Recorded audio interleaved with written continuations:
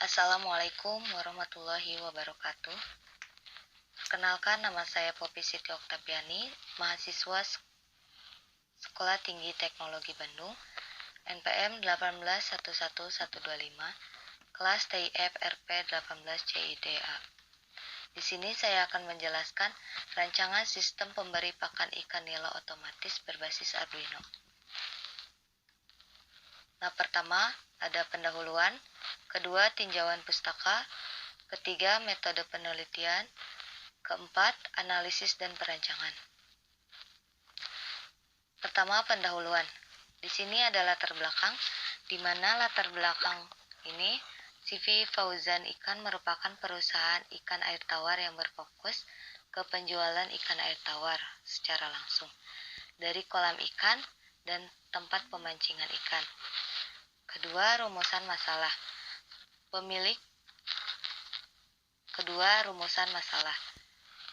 Pemilik kolam ikan CV Fauzan Ikan sering mengalami kendala dalam proses pembesaran ikan, terutama pemberian pakan ikan yang masih menggunakan tenaga manusia, di mana jumlah pakan yang akan diberikan tidak sesuai atau tidak pas takarannya, maka akan mengakibatkan ikan mengalami stres. Kedua, fitur apa saja yang tersedia pada alat pemberi pakan ikan sehingga pengguna mudah menggunakan alat tersebut.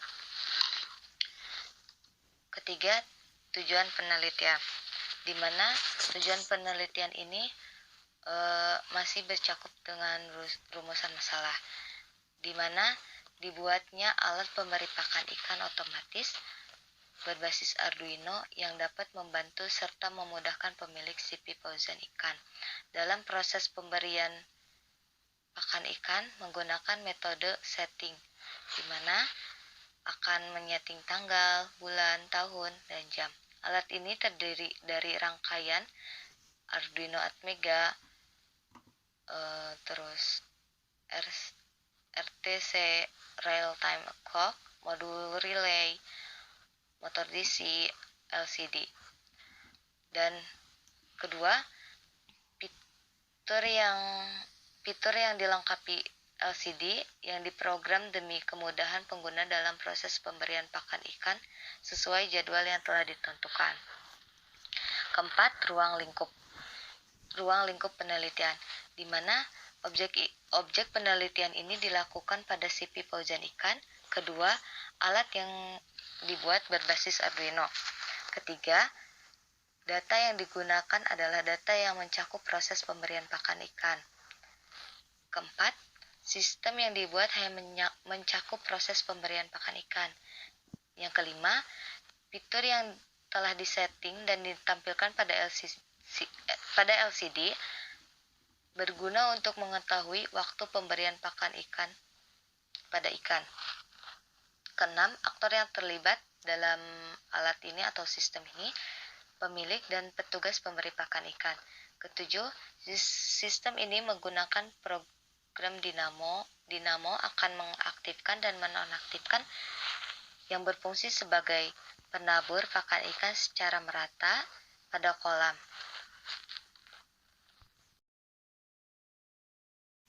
Selanjutnya, tinjauan pustaka. Yang pertama, pakan ikan. Pakan ikan merupakan salah satu faktor yang sangat penting pada usaha budidaya perikanan. Pakan ikan ini makanan yang sering dimakan oleh ikan, seperti pelet, keong mas, dan cacing. Kedua, Arduino Atmega. Arduino Atmega merupakan sistem atau perangkat fisik yang dibangun dengan menggunakan perangkat keras yang diproses oleh perangkat lunak. Ketiga, motor DC atau dinamo merupakan salah satu motor listrik yang digunakan dalam industri yang sering digunakan di perusahaan. Seperti untuk ini, dinamo akan menyala dan dinamo akan menonaktifkan dan mengaktifkan yang berfungsi sebagai penabur pakan ikan secara merata pada kolam ikan.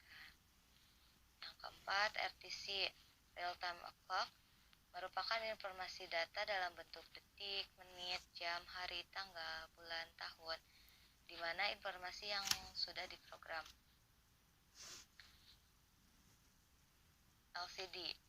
Nah, kelima LCD.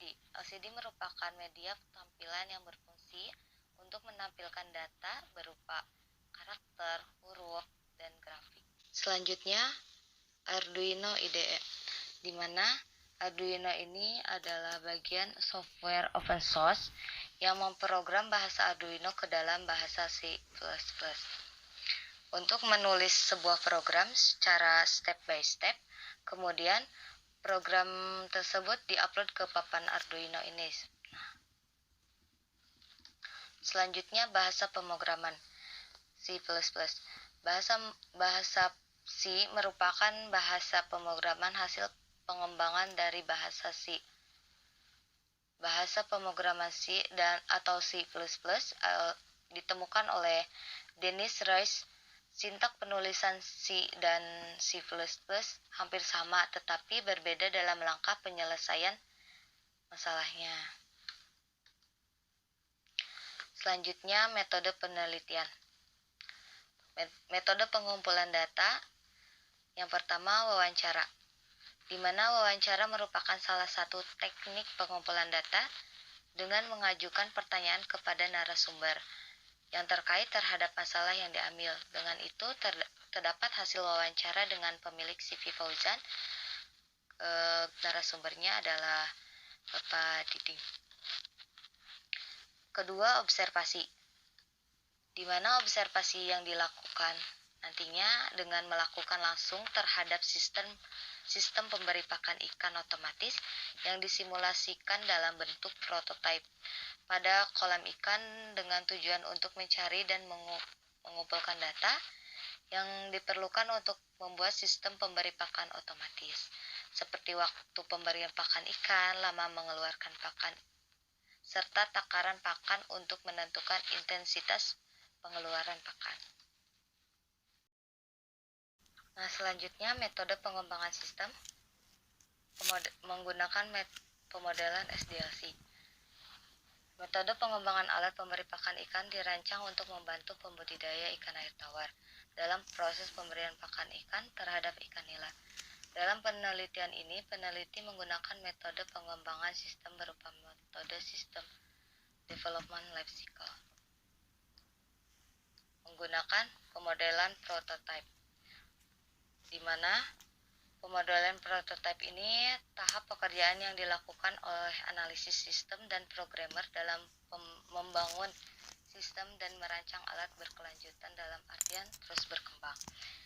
Ada kebutuhan sistem,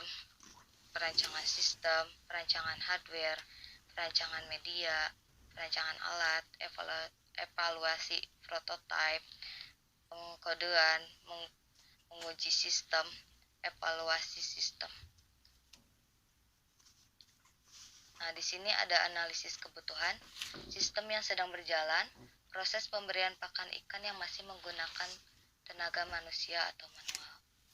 Analisis sistem yang diusulkan, di mana nantinya akan dibuat sebuah alat dalam pemberian pakan ikan nila berbasis Arduino. Analisis kebutuhan fungsional, alat ini terdapat fitur Liquid Crystal Display atau LCD yang diprogram demi kemudahan pengguna dalam proses pemberian pakan ikan sesuai jadwal yang telah ditentukan. Alat ini dapat bekerja 24 jam dan tidak mencemarkan air pada kolam atau ramah lingkungan. Kebutuhan non-fungsional, perangkat keras, ada Arduino, motor DC, RTC, LCD, kabel, PC, sub, sistem driver. Perangkat lunaknya ada Arduino IDE, merupakan aplikasi pemrograman Arduino Uno yang akan diperintahkan ke papan mikrokontroler Arduino. Star UML merupakan aplikasi pemodelan yang akan membantu dalam diagram dan flowchart. Nah, di sini ada jadwal kerja. Pembuatan proposal penelitian ada 3 minggu. Pengumpulan data penelitian ada 5 minggu. Menganalisis sistem ada 5 minggu. Merancang sistem ada 5 minggu. Membuat program ada 2 bulan ya, 8 minggu.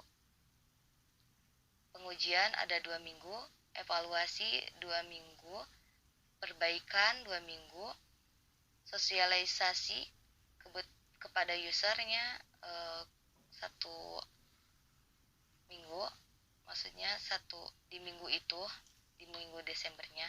Implementasi pemrogramannya 2 minggu, dokumentasi setiap hari. Mungkin hanya itu yang dapat saya sampaikan, kurang lebihnya mohon maaf. Wabillahi taufiq wal hidayah. Wassalamualaikum warahmatullahi